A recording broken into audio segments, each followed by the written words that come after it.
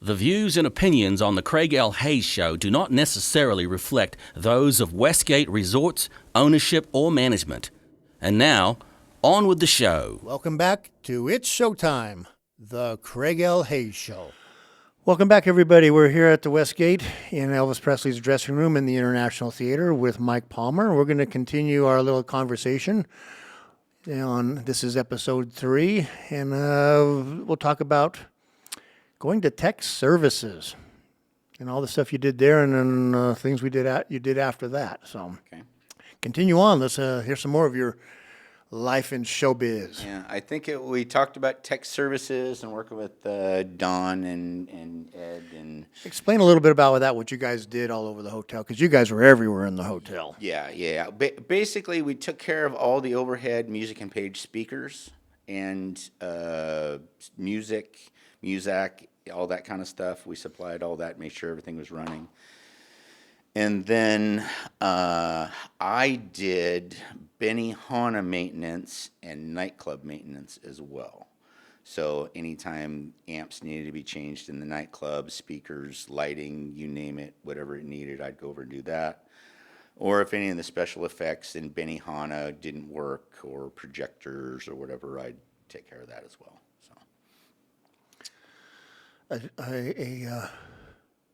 A fix and repair guy on everything. Yeah. pretty much, yeah. Yeah. Whatever they needed, they'd send me, Mikey, go get an amp, go take care of this. They need a microphone over here or whatever. You were the young guy on the totem pole, so you got to do all the real physical. I was the gopher. Yeah. Go do this. Yeah. Hey, that's part of putting in your time and dues too. So Absolutely. yeah, you got to do that. It doesn't matter if you're there full time or whatever. There's When you're low man on the totem pole and you're working with all the old guys, you just do it. You just do it. Yep, and You don't question it, and that's how you learn. The old guys. Once you show them you're enthusiastic and you're going to run and you can take care of that stuff and not question what they tell you, then they start teaching you stuff. Yep. And if they're smart, they'll. If you're smart, you'll ask questions on why we're doing it this, what's going on here, blah blah blah. Or what if you do it this way? And then they'll look at you. Well, if they're a crusty old guy, they'll say, "Good question. Don't ask it again. We do it like this for this reason." Yeah. It's hard to believe we'd have any crusty old guys in this local. Yeah. We had our fair share. We had a pretty good supply of that. Yeah, and I'm turning into one of those old guys now. I'm fighting it as much as possible, but it's just a natural progression. Yeah, you get to that point, just like, okay, I'll show you anything, but don't sit there and just, badger me on stuff, guys. Exactly. The craziest part about that, now that you said that, it's your interview, and I keep on talking and telling a couple little things here and there. I'm sorry about that. No, But, that's what it's all about. My last year here as head carpenter, I told all these young guys and everybody that was working around me, I go, I'm only here another year. I have a lot of knowledge on how to run this place and stuff.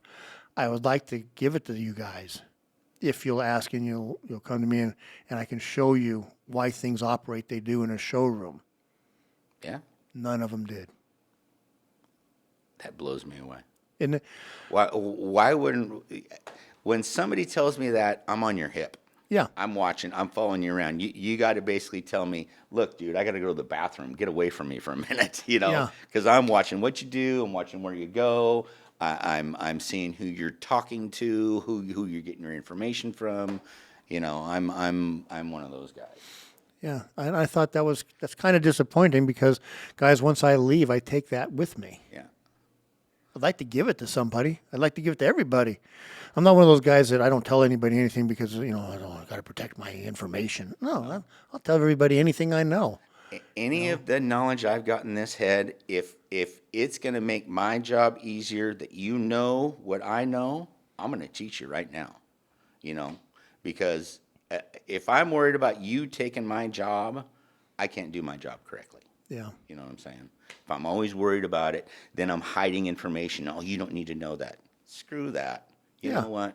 I want everybody to know what I know. So if I'm sick or if I can't make it or if something happens, I don't have to be in the hotel. Hey, I'm going to give them a call. Hey, go take care of this for me. Yeah. You know.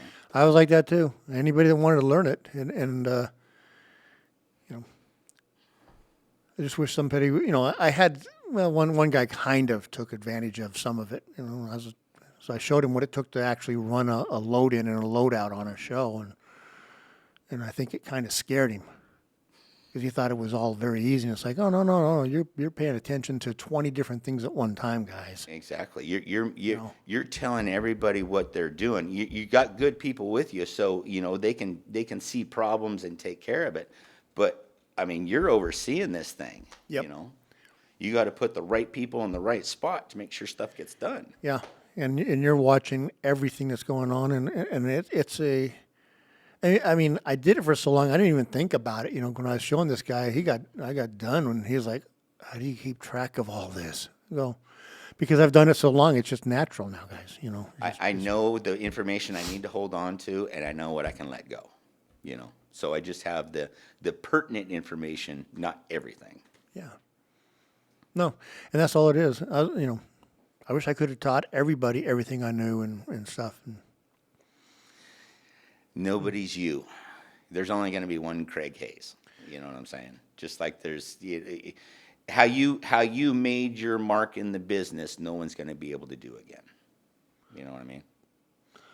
Well, thank you for that, but I just wish someone would.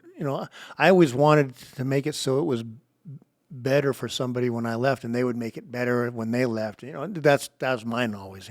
Yeah. Because I came in and there was literally legends. I came into this building with. Mickey Giebler was a friggin' legend in this. Those are shoes to fill that. After 30 years, I was like, I wonder if I even got close to filling this guy's shoes. Yeah. You did. He was such an amazing builder and stuff like that. And I'm good. Yeah. But he was just amazing builder and stuff. And, so you have to compare yourself against other people a little bit, and you want to be better than them. But sometimes you just don't know if you did. Yeah. But sometimes being a good boss isn't always being the best builder or Exactly. the best people person. You have to be a little bit of everything. Yeah. And I, we got to a point here where we did Purple Rain, the Prince tribute show here. We did that for almost a year, and it was we didn't have an official head sound here. We just couldn't lock someone up for it. So I went out and did it. And people were looking at me like, "What do you mean you're going to go run sound?" Yeah, I'm going to go run sound on the PM1D. Do you know how to do this? Well, I used to make a living doing this. Yeah. Before I became head carpenter, that's what I did. I was an audio guy, but nobody had been around me 20 years ago. 20 years before, so freaked them all out. I'm like, oh no, I used to do this a lot. Yeah. This was what I wanted to do before I took this job. Yeah. And I'm probably one of the very few, or probably the only, head carpenter. Yeah, that's you don't see that very often. No, that's an unusual combination, Yeah. But no, I love doing that stuff, and the business is awesome. So so you left here. They did a reduction. I remember that they narrowed it down to, I think, just 3 people is all they wanted on the place. Yeah. Yeah. Yep. Yes. At that point, Brad Snow and Jay Roberts had both left here, and they were over at the Paris with Bonnie Diamond. Bonnie Diamond was the head carpenter over there, and she was running the Paris theater. So she'd taken Brad and Jay over there, and they needed a spot op. So Brad gives me a call, says, "Hey, Bonnie wants you to come in." So I went over there and learned how to run a spotlight from Dave Hartley. Dave Hartley showed me how to run a light, and from then on, I was a spotlight operator, electrician, you name it. That was how I got into the business. Got another skill. Got another skill. Yeah. Exactly. More skills, more work. Exactly. Yeah, absolutely. And coming out of here, I mean, I knew a little bit about hotel sound, and I was basically a good assistant. I could take instruction and do what they needed me to do. But as far as being a head electric or head carpenter or head sound, I was definitely not that. Well, just another skill to learn eventually if you have the time and opportunity. Yes, exactly, exactly. So I was over at the Paris for, about a year, a little over a year. That's where I met Todd Babcock as well. He came in over there when we were doing Star Policy. And then we went over to do the relight for Jubilee. I can't remember who did the relight, but we went over and did that. And then about that same time, We Will Rock You was going into the Paris. So when I was working over at Jubilee for Louis Bradfield, I was not on the crew for We Will Rock You, but Louis made a phone call for me because he liked my work and he liked me, and made a phone call and ended up getting me a job over there, which I was very thankful for. If you could have spent so much time with him, Yeah. he was an electrical genius. Yes. Yes. Literally an electrical genius. He could figure anything out electricity wise. Yeah. He just knew everything about that stuff. Yeah, I loved Louis. Louis was a great guy. He was a little volatile. Yes. A little volatile. Yes. But a very smart guy. Very, very smart. I did that. Went over to We Will Rock You. When We Will Rock You closed, I remember Drew Stroza coming over and saying, "Want to offer you a job over at Jubilee? Louis really likes you." And at that point, I'd already had an offer to go over to build Phantom at the Venetian. Oh, nice. So I decided to do that instead of go to Jubilee. So I went from We Will Rock You over to Phantom. We built that, and then I was there for 7 years. What a great show. That was a great show, man. That show shouldn't have closed, No, But like you've said when we started, shows close. all shows All closed. shows close. No matter how good they are, no matter how long they run, they're going to close eventually. Yeah, I never understood why that show closed because it was still doing good numbers. It was still popular. Yeah, the theater was big. I mean, it was like 1,800 seats. But when we closed that show, we were still 1,000 a night, 1,000 every show, 800 every show. So I didn't understand it either, but it was a money thing. That's all that was. Somebody wasn't making enough money. Well, Venetian would be a hard place. You'd have to make some serious dough because Venetian just doesn't give you the room. No, They rent you the room, Yes. and they put a meter on your power, meter on your water. They charge you everything Yep, if you're putting a show in someplace. So, yeah, it was like, yeah, you got to make some pretty good dough, and they don't charge you, dollar store prices for anything there either. So, Oh no. it's a beautiful place, but boy, they know how to make a dollar there. I'll tell you. Yeah, I loved working there. I loved the show. Like I said, I was. Didn't you do some automation there? No. I ran Spot there, Deck Electric and Spotlight. Brian Lee was one of the Yeah, automation guys over there. yeah. For some reason, I was thinking you did it too. I don't know why, but irrelevant. I just thought that you were down in the basement doing automation also. No, that was Jeff. What's Jeff's last name? Jeff worked in tech services here. Shoot, I'll think of it here in a minute. All right. Throwing out names here. Yeah. No, that was a great show. But it like you say, all shows closed. All shows closed. 7 years later, then you had to move on to something else. So where'd you go from there? Oh, I went to the Smith Center was opening at that point. Oh, nice. The JT John Trace, who is the head sound on Phantom, he had landed the head sound gig over at the Smith Center.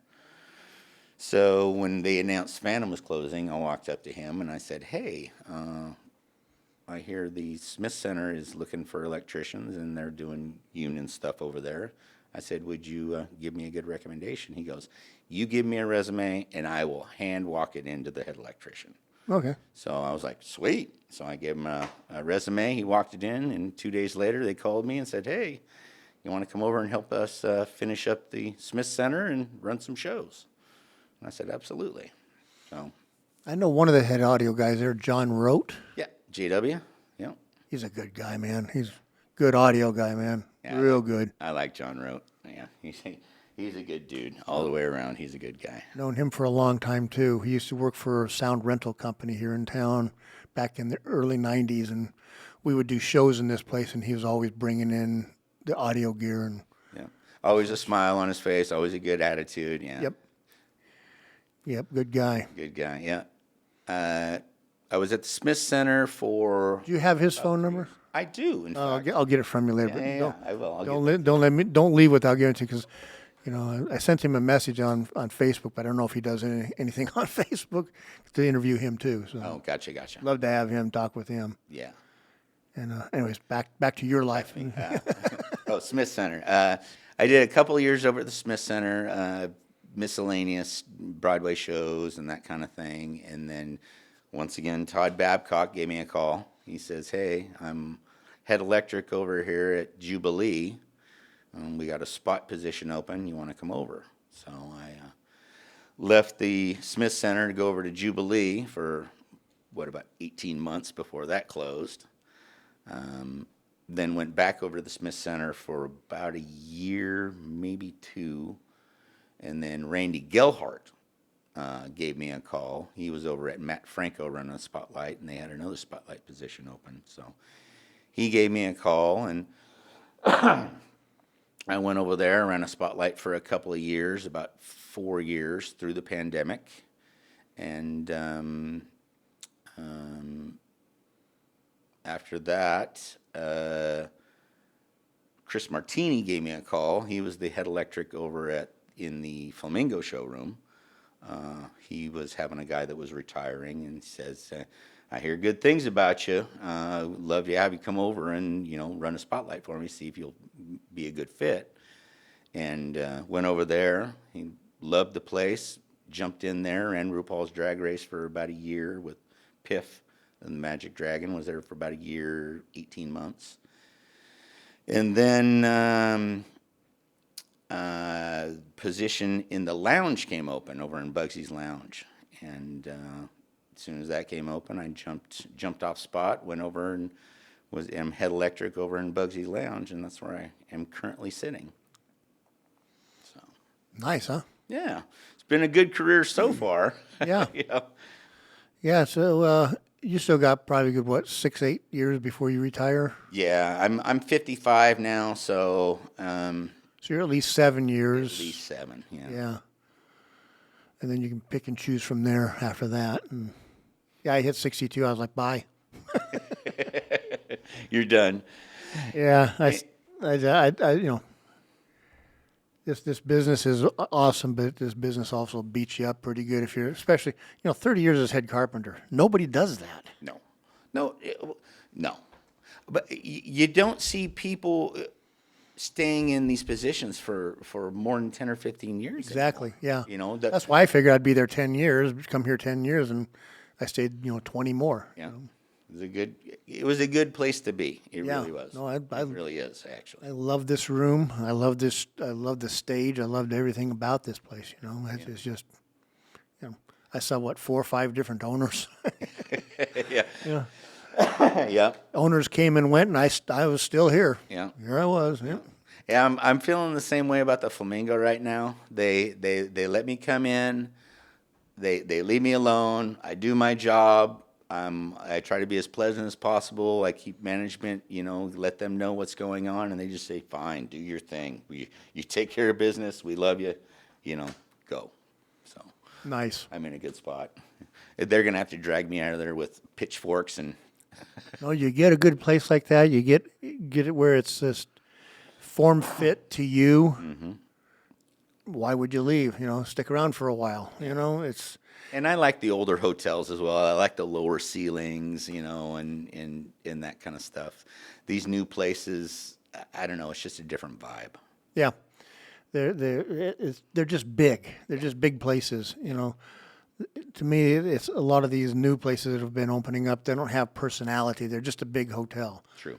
You know, this place has got the history. It's legendary. This place, you know, thank heavens David Siegel bought this place from LVH, which was Goldman Sachs.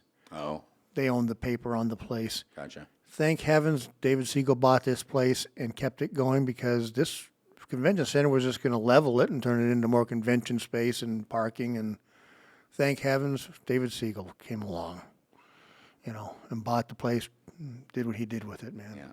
Yeah, it would have been a shame to knock this place down. Oh yeah, I mean, all these places had history. I mean, you know, look at all the places they knocked down that are historical. You know, Yeah.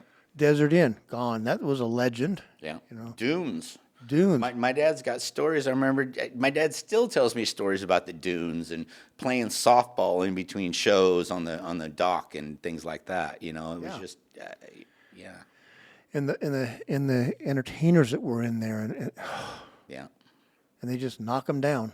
Yeah. All right, you're done. Done. yeah. Your usefulness is over. Yeah. We're gonna knock it down now. You know, Riviera. Yeah. You know, Riviera at one point had the highest dollar. Riviera and Caesars had, I think, the most valuable entertainment, you know, people in their rooms. Yeah. They're gone. Yeah. You know, Caesars, Circus Maximus, it's gone. I mean, they got now the Coliseum, but wow. You know, but this place is still here. Yeah. The legend of Elvis, which, you know, now it's more like, you know, legend of Barry, because Barry surpassed Elvis's, you know, shows in this place. Oh, really? Yeah. He did that years ago. Gotcha. He passed Elvis's shows. Elvis did like 636 or something like that. I did 673 shows with Barry here. And that's been another year past that. So he's done another 50 plus on top of that. So, you know, these places just keep on going and going. Yes, they do. Yes, they do. Well, anything else you want to talk about? You know, we'll call this. We get to do another episode, or do you think you can? You have anything else you want to discuss? More, we got about 5-6 minutes here. Yeah. You want to say anything about it, or we can do another episode, whatever you want to do. Well, I could probably get it in about 5 or 6 minutes. You know my history. Sitting at the Flamingo now. Trying to think. I was going to talk about. Retirement. 7 years of retirement. Our pension is set.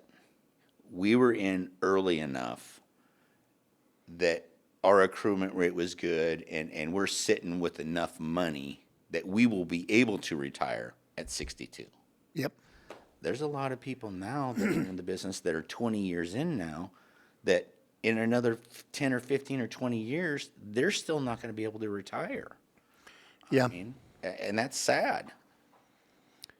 You know, I don't know how to fix it, but we're very fortunate. We are. Yeah. You know. We were in at the right time where we were making some big dollars a year towards the retirement. Yes. Absolutely. And you were getting a good return. Those are the years of the good return where you know, we were making $125 or $200, you know, per year and stuff like that. Now they're making what, 60? Yeah, 60 to 100, depending on how much you make a year. Yeah. You know, if you're over 100,000, you might be able to make 100 into your pension. Yeah. So, and that's $100 a month is what that turns into. But we were getting $125 to $200 in some of those years. So I've got 10 years of $200 accruement rates. yeah, on my so that's $2,000 right there. right there. Yeah, a month that you'll be getting. You know, not including all the other years. Yes, exactly. No. And you know, I hope it turns around and I hope it gets better, but you know, these kids now are coming in and busting their ass for. Yeah, pension's not going to be anything like it was for us, and No. but hopefully it just sticks around. Yeah. That's the main thing, stick around. Yeah, I hope it sticks around so I can get mine. You Yeah. know what I mean? Well, by federal law, it has to be there for you. What you've earned has to be there. Yeah. One way or another, the employer. But they can also sit there and say, well, we're not giving you raises. We're taking all that to put into the pension to shore it up. Yeah. They can do that too. True. You know, because it's a financial package. It's not you're going to get this, this, this, and this, and this. No, it's you're going to get maybe this. We're going to split some of that to make it work because. Yeah, hopefully it works out. I know I see that too, and I'm like, well, I hope you guys have got a couple dollars. We also had an annuity here too. Yeah, I did a little bit of the annuity as well. And that was nice when you retired and you had another, 15, 20 grand to throw into your bank account. Exactly. It's nice. Yeah, it doesn't hurt, Very true. when you retire and stuff. So, but no, well, anything else you want to just talk about? Any shows stand out that you just love doing? I know you did Phantom, which was just to me. I went over and I saw it. I don't know 4 times, 5 times, or something like that. I think probably one of my favorite shows was probably Jubilee. I guess we could. You want to do another episode? We could probably do another episode. Okay, let's of talking do another episode, and We'll go through the shows this time. yeah, because I'd love to talk about some of the shows and stuff like that. No, absolutely. As your career has been broadcast to the world and recorded, so. So anyhow, let me give me a second here to get this tablet set up. Got to wake it back up. Wakey, wakey. Absolutely. Then we'll move on to that. Okay. And so anyhow, let's just do that. We'll do that. So we're coming out of this episode number 3, and we're going to go into episode number 4. You're listening to It's Showtime, the Craig L. Hayes Show.